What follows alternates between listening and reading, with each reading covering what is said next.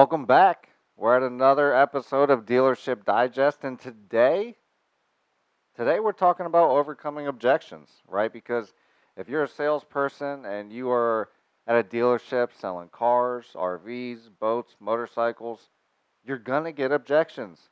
Your customers are looking at expensive items, right? They're looking at a new car, a new whatever, and it's not always the easiest thing to pull the trigger, right? We got to get financing. We got to run the credit. You got to look at my bad credit, which I don't necessarily want you to do. You know what I mean? So there's a lot of things that go into buying a vehicle or shopping at a dealership. And, that's why you get objections.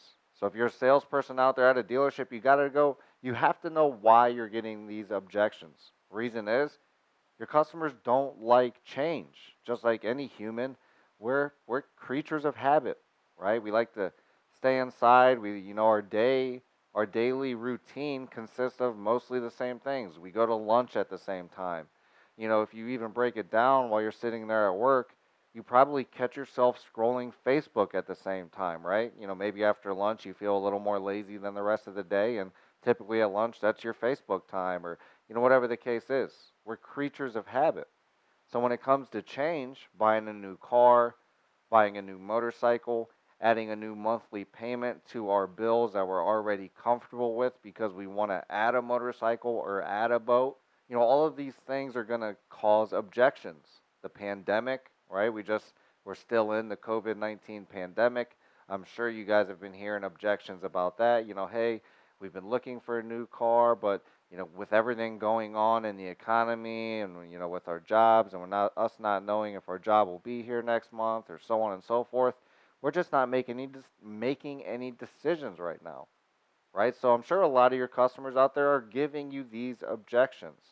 And you have to understand that you can overcome any objection as a salesperson if you know how to do it and if you know why you're getting these objections, right? It's not because your customers don't want to buy your products. That's not because your customers are there to just shop around and waste their Saturday afternoon at your motorcycle, boat, car, RV dealership because that's what they want to do on a Saturday, right? No, that's not what they want to do. But they're at your dealership because they want to look at your products and they want to buy it sooner or later, today, tomorrow, next week, next year, a few years down the road. They're going to buy your product or a comparable one, but they're in the dealership today. That means something in their life moved them to come to the dealership today.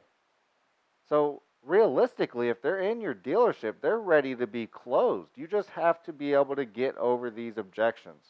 And, again, if you don't know why you're getting these objections, if you think the reason you're getting these objections is because your customer can't afford the product, or they don't want to buy the product, or they're just looking around, or they're tire kicking, or they're one of the million things a salesperson will say to make sure, or a salesperson will say to make an excuse for why the customer's not buying. They're there because they're ready to buy, right? You just got to overcome these objections. Got to talk to my spouse, got to check my finances. Pandemic is going on right now. We don't know what we're going to do. The car, boat, motorcycle we have now is working. We don't know if we want to buy a new one. We don't want to add the payment, right? Tons of different objections. I mean, you hear objections that are crazy sometimes, right? Some that you're like, I don't even see how that's an objection. And the reason you are confused when you get those objections is because the truth is the objection doesn't matter. The customer's there to buy. They're just scared of change. So the more times you can loop back over an objection and go back to your customer's emotions, the easier it's going to be to get them to buy. The easier you let them out of the deal, out of the sale. When you hear one no and you let the customer walk out the door, you're making it easier for that customer not to make a change. Remember, humans don't like change. So it's not going to be easy to get your customer to make change when they don't like change. It's going to be relatively hard. And you need them to see why change is even needed in their life, right? Because if they don't see why change is needed, or if they just come to your dealership today and they on the idea that they want to look around because they eventually will buy. Well, without enough emotion in the deal built in your customer, you're not going to be able to get them to change today because they're still going to think, well, hey, I'm a buyer in 5 years, right? Someone that walks in with a thought process that they're a buyer in 5 years is going to be harder to get to buy today than a customer that comes into your dealership and says, "Hey, we want to buy a new RV. We got a campground that we're already looking at. We're ready to go next week. We actually put a bid in on the RV or on the camping spot." That customer is going to be a little easier to sell an RV to than the customer saying that, "Hey, we're going to be motorhoming in 5 years. We're just here to look." Now, you can still close the deal and overcome that objection today, but it's going to take knowing your customer, knowing their emotions, right? And that's truly what overcomes objections, right? What overcomes objections is emotions, is understanding your customer, right? That's how you overcome objections, asking them who, what, when, where, why, and how they're going to be using their motorcycle, their bike, their car, their boat, whatever they're inquiring about, because that's the bread and butter in sales. People are emotional. We're emotional beings. I mean, you see everything going on with the riots. You see everything going on when, just when people call us a name, we get emotional. We get defensive because inherently we're pretty emotional creatures, right? And emotion is what evokes us as people to make a change. We don't make change on logic, right? We see it time and time again. Bad relationships. I'm sure we all know someone that's been in a bad relationship for years and they won't make the change. Even though the change will be good for them and even though the change is what is needed, they continue to go back to what's comfortable because they're scared of change, right? And you have to understand that that's what's driving us. When that person who's in an abusive relationship builds up so much animosity against the person that's abusing them, that they're finally ready to make a change, they typically do, right? They leave, they go to therapy, they go to a shelter, they go move in with family, they do whatever they have to do to make the change because they were emotionally driven to do something. It doesn't change in a dealership. It doesn't change when your customers are looking at your cars, motorcycles, boats, RVs. They're still buying on emotion. We just have to know how to tap into that emotion if we want to close the deal and if we want to be able to overcome those objections, right? One of the biggest mistakes salespeople make, and you'll see, time and time again that we talk about this on Dealership Digest, is they don't ask enough questions to their customers, their potential clients. They don't see who, what, when, where, why, how they're going to be using the bike, car, RV, motorcycle. They don't see why it's going to affect their customer's life, how it's going to improve their life, what it means to them to do the different things that, they're able to do when they buy your motorcycle, your car, or your RV, right? If a couple wants to travel the United States together, because they're retired and, they want to just travel together in their final years and they want to build some memories that way, there's a lot of value in that emotion, right?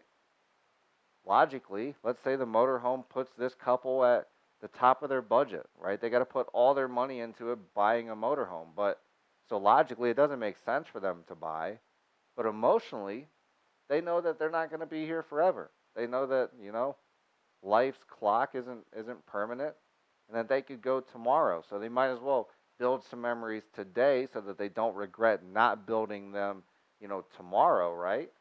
So there's a lot of emotion in that. And that's really what overcomes objections. It's not, some word track that you've practiced 9 million times.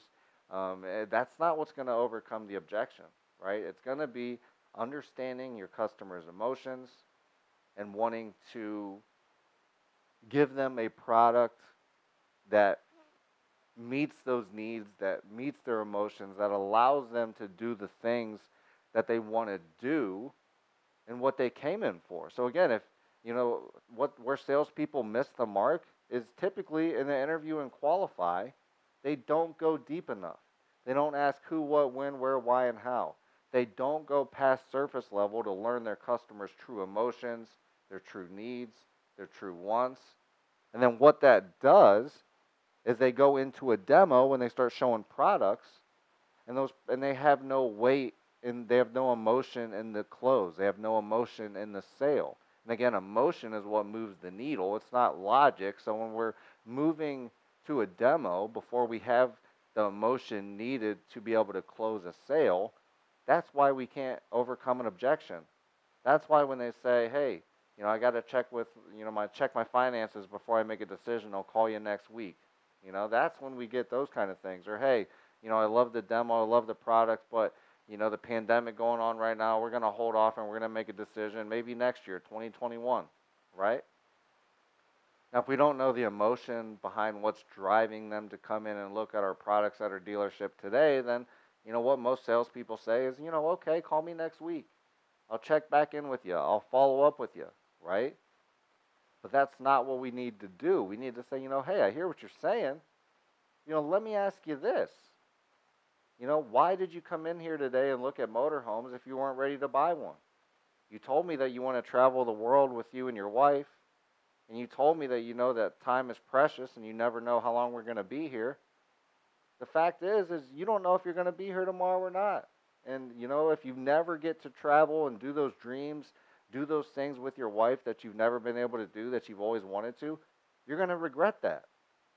But if you stretch yourself a little, buy the motorhome, and start traveling with your wife, building those memories and enjoying that time that you have together on this earth, then that's going to mean a lot more for you at the end of the road than, a few $100 monthly payment, right? So, I hear that we have a pandemic going on right now, but listen, this motorhome's what you and your family need. Sign right here, right?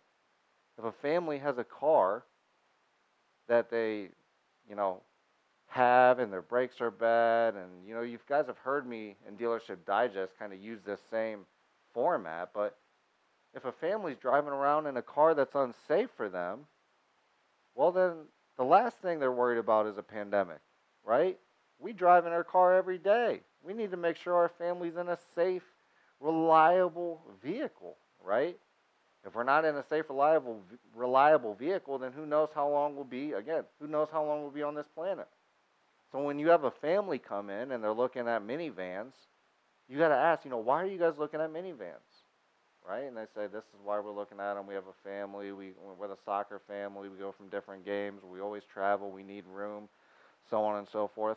Well, how does it affect your life right now to not have that kind of room that you would have in a minivan? Oh, we hate it. Right now we're in a Toyota Corolla, and it's so small, and we can never fit all the gear in there. So then we got to drive two cars, my husband's car and my car, and then we're putting miles on both of our cars. We're using double the gas because we don't have enough storage space in our daily driver that we take the kids around in. So so on and so forth, right? Now we dig even deeper. Well, hey, why is that such a big deal to you? Oh, it's a big deal because, man, we'd rather just be able to spend more time with our kids, so on and so forth. It's prolonged. Whatever the emotions that are tied to the reasons why the customer's there, that's what's going to help you overcome that objection. So when you get that objection in the close and your customers are saying, "Well, we got to look at our finances. Oh, well, I got to talk to my spouse.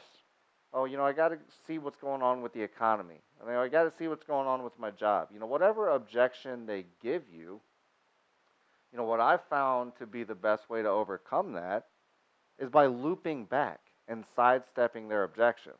Now, you got to understand, you're never going to win an argument with your customer, so the last thing you want to do when your customer says, "Hey, I got to look at my finances," you don't want to rebuttal with, "Well, why do you got to look at your finances?" Right? You're kind of getting real confrontational. You're getting, I call that headbutting with the customer, right? You don't want to do that. You want to sidestep it.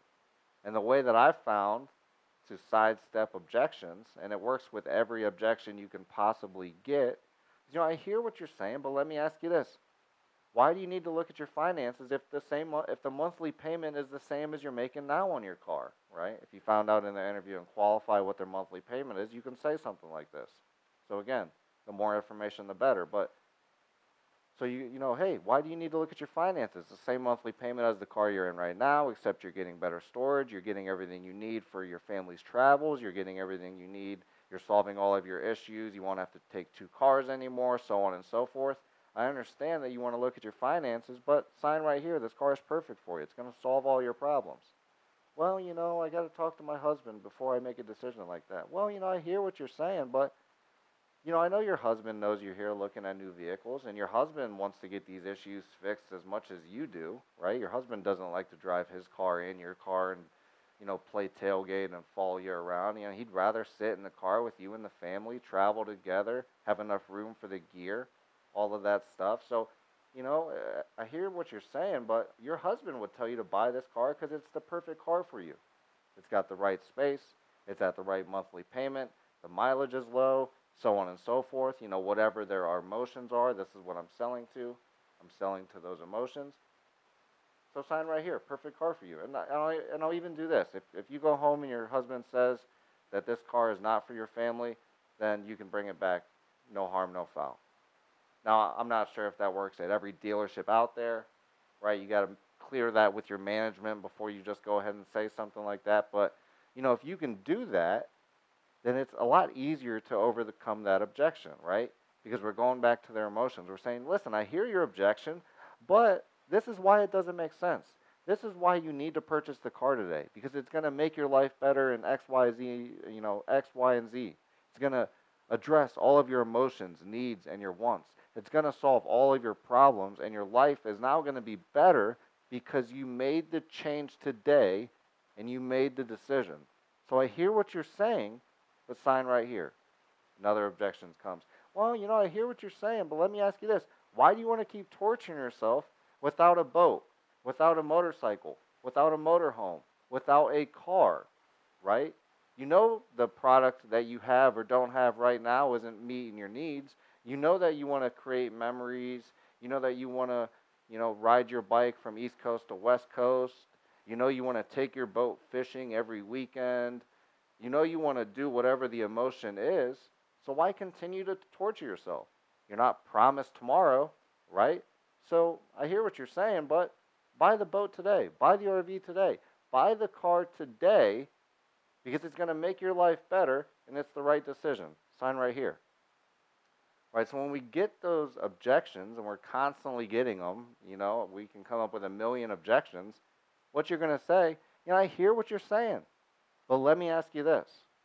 Now that's called, you know, looping back with your customer, looping back to their emotions, and looping back to sidestep their objections.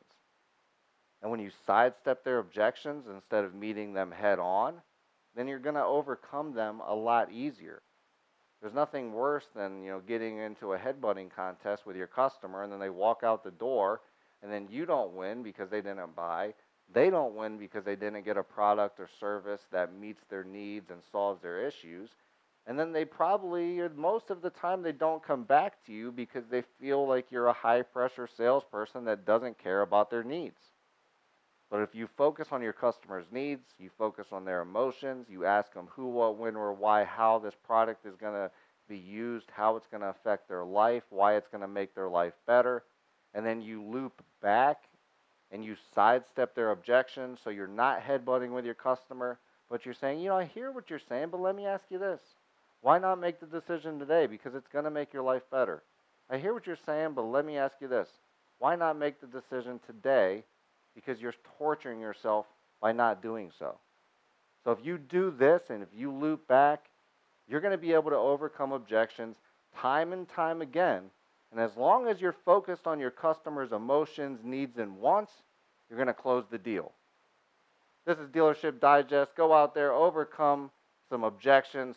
We'll see you on the next one.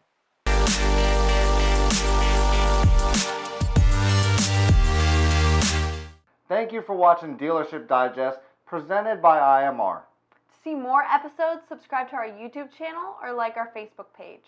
And if you need digital training for your dealership, then visit us online at imr.training Or infiniteMediaResources.com.